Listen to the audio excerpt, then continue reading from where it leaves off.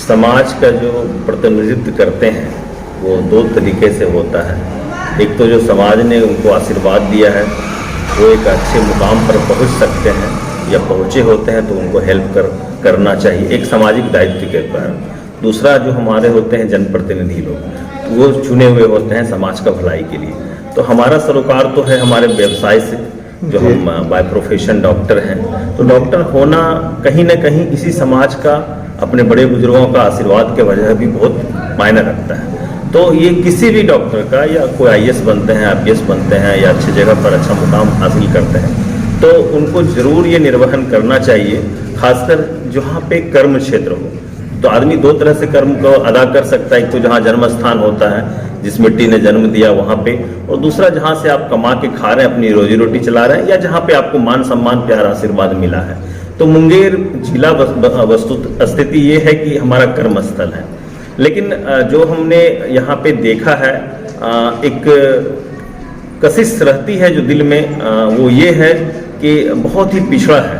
इसको हम ये कह सकते हैं कि जो विकास है या जो भी सरकार के द्वारा किया जा रहा है या हुआ है अभी तक में, आप इनको इस स्थिति में आज के समय में जब 21वीं सदी की बात करते हैं तो ये एकदम अंतिम पायदान पर जिस जगह को बोल सकते हैं हम लोग, उसकी बात कर रहे हैं। स्वास्थ्य की व्यवस्था अच्छी नहीं है, अच्छे डॉक्टर का कमी है, आपका अच्छी शिक्षा का कमी है, और रोजगार की बात करना हमारे लिए तो मुमकिन नहीं है, क्योंकि उसकी भी अपार संभावना है।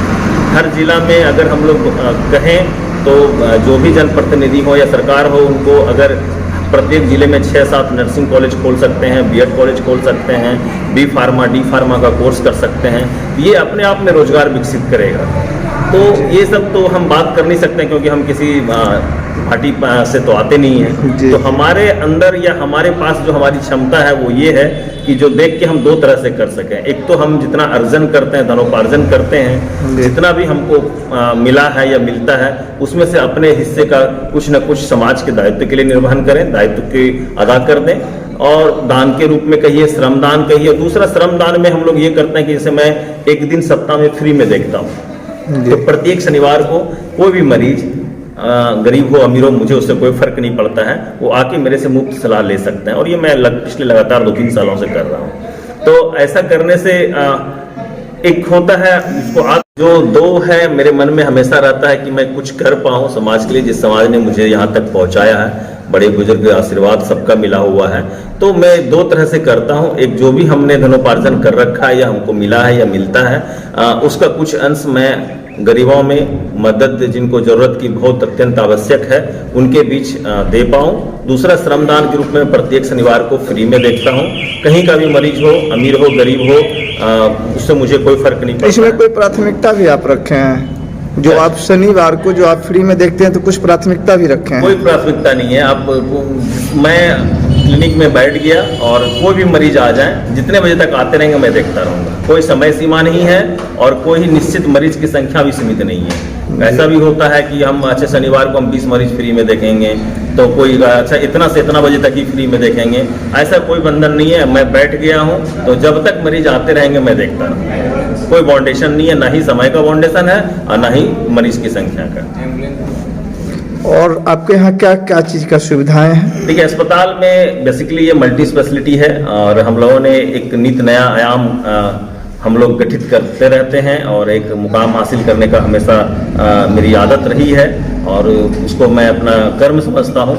जैसे कि अभी लेजर सर्जरी से हम लोग पाइल्स फिस्टुला फिशर, जिसके ऑपरेशन के लिए लोग मेट्रो सिटी जाते थे, पटना जाते थे, दिल्ली जाते थे, कोलकाता, मुंबई, छोटे शहरों में सी और बी ग्रेड के शहरों में ये सुविधा नहीं थी। तो हम लोगों ने यहाँ स्टार्ट कर दिया, लगभग 10-15 सर्जरी कर चुका है। 5 मिनट में सर्जरी हो जाती है लेजर से, पाइल्स हो, फिस्टुला हो, फिशर हो, और 5 घंटे में घर चले जाइए बिना कोई दवाई दारू दिए हुए। बहुत ही एडवांस सर्जरी है, और यही सबसे लेटेस्ट वे पूरे वर्ल्ड में है। दूसरा क्या हम लोगों ने अभी एक घुटना का प्रत्यारोपण कर रखा है अपने यहाँ। तो ये भी सर्जरी मेट्रो सिटी की सर्जरी है। अपने अंग क्षेत्र में आप यूं कहें कि पेरीफेरी के किसी भी शहर में पटना छोड़ के घुटना का प्रत्यारोपण नहीं होता है। हम लोग ने ये पहला घुटना का प्रत्यारोपण मुंगेर में किया है, जो आप मुंगेर, खगड़िया, बेगूसराय, मतलब भागलपुर, बांका, लखीसराय, सबको इंक्लूड करके कहेंगे पूरे प्रदेश में ये पहला केस है। तो ये ऐसा चीज़ है जो करने में 6-7 घंटे लगता है और बहुत ही एडवांस ऑर्थोपेडिक सर्जन की भी ज़रूरत पड़ती है और बहुत एडवांस मशीनरी की भी सिस्टम की ज़रूरत पड़ती है। वो सब सिस्टम हम लोगों ने मुंगेर में स्थापित कर रखा है ताकि यहाँ के मरीज को कहीं बाहर नहीं जाना पड़े। एक तो ये पहलू हो गया, दूसरा ये हो गया कि इसकी सर्जरी की कॉस्ट लगभग 5,70,000 के आसपास आता है बाहर शहरों में, बड़े शहरों में। उस सर्जरी के कॉस्ट को भी हम लोगों ने लगभग 3.5 लाख के अराउंड में कर रखा है, दोनों घुटना का प्रत्यारोपण। तो सर आप इतना सस्ता में कैसे कर रहे हैं? देखिए मेरे पास एक तो बार बार मैं जिक्र करता हूँ, ये बड़े बुजुर्ग और हमारे अमीर गरीब सभी का आशीर्वाद है कि हम जो भी कुछ कर पा रहे हैं। इसमें टीम बहुत काम करता है। तो चूंकि मैं पहले एम्स में था तो मेरी पूरी टीम एम्स में जो भी हमसे जुड़े हुए हैं, हमारे कलीग्स हैं, सीनियर हैं, जूनियर हैं, तो सब मुझे बहुत अच्छे से जानते हैं और बहुत मानते हैं कि हम हमेशा कुछ ना कुछ कोशिश रहती है हमारी करने का गरीबों के प्रति। तो जब मैं एम्स में भी था तो वहाँ पे हमारी लड़ाई होती रहती थी। कोई पैरवीकार और अमीर का पेशेंट आता था, अगर पैरवी दिखाता था, फोन लगाता था तो मैं उसका एडमिशन नहीं लेता था, लेकिन कोई गरीब आता था तो मैं ले लेता था उसका। इसके लिए पहले बहुत बहुत धन्यवाद। तो इस चीज़ के लिए लोग मुझे पूरा एम्स जानता था और मेरी लड़ाई हमेशा नेता से ही होती रहती थी क्योंकि पैरवी हमेशा उनका आता था। तो उसी समय से इसलिए सभी डॉक्टर्स मुझे मानते। तो डर नहीं लगता था आपको? नेता का पैरवी आता था, आपको डर नहीं लगता था? देखिए वो अपना काम कर रहे हैं, डरने की क्या बात है? आप अपना काम कर, मैं डॉक्टर हूँ, मुझे डरने की क्या जरूरत है? मेरे पास तब तो पैरवी आता था। इस शहर के सारे गुंडे मेरे मरीज हैं, शहर के सारे शूटर मेरे मरीज हैं, जिसको आप लोग नक्सलाइट बोलते हैं वो भी मेरा मरीज है। कहीं तो कुछ नहीं बात होती है। मेरा मरीज होता है, वो अमीर हो, गरीब हो, गुंडा हो, बदमाश हो, नेता हो, मेरे को कोई फर्क नहीं पड़ना है। काम आप अच्छा करिए, इंपॉर्टेंट बात ये होता है। आप अच्छा काम करेंगे तो दुनिया आपको अप्रिशिएट करेगी और आशीर्वाद भी ऊपर वाला देगा ही आपको। डरने की क्या बात है? तो काम करना। और हम सरकार का नौकरी करते थे एम्स में, वो सर इसी जहाँ मुझे दिक्कत लगता है मैं तुरंत रिजाइन दे देता हूँ। वहाँ से आया, बिहार सरकार ज्वाइन किया, यहाँ मुझे दिक्कत लगा, नेता से 2 महीने के अंदर मैंने रिजाइन दे दिया। आप अपनी नौकरी अपने पास रखो। तो आपने 2 नौकरियाँ छोड़ चुके हैं? हाँ बिल्कुल, एम्स और बिहार सरकार का। जी। और अभी आप कहाँ पे, वर्तमान में आपका कहाँ क्लिनिक अवस्थित है? देखिए अभी तो मुंगेर इमरजेंसी हॉस्पिटल है साफियाबाद में, मुंगेर में।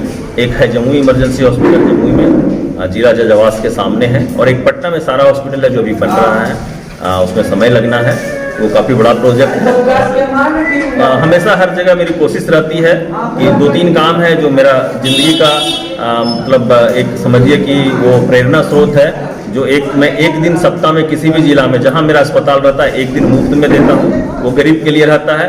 दूसरा, मेरे यहाँ मरीज मर जाता है तो मैं उससे पैसा नहीं लेता हूँ।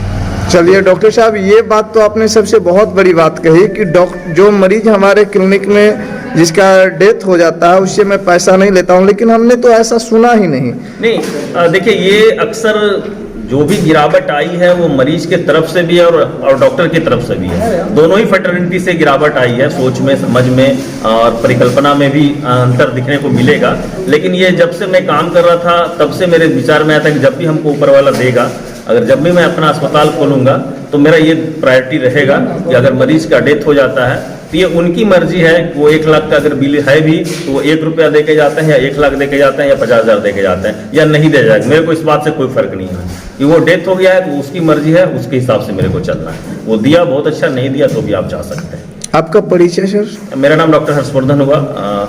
मैं तो बेसिकली बांका जिले का रहने वाला हूँ और पटना एम्स में पोस्टेड था, फिर वहाँ से रिजाइन करके बिहार सरकार ज्वाइन किया था, मुंगेर शहर में था। आपके बंगलवा में भी मेरी पहली पोस्टिंग थी, हरियाणा में भी कुछ दिन दिया है समय, और फिर यहाँ से भी रिजाइन कर दिया और अभी अपना अस्पताल चलाता हूँ।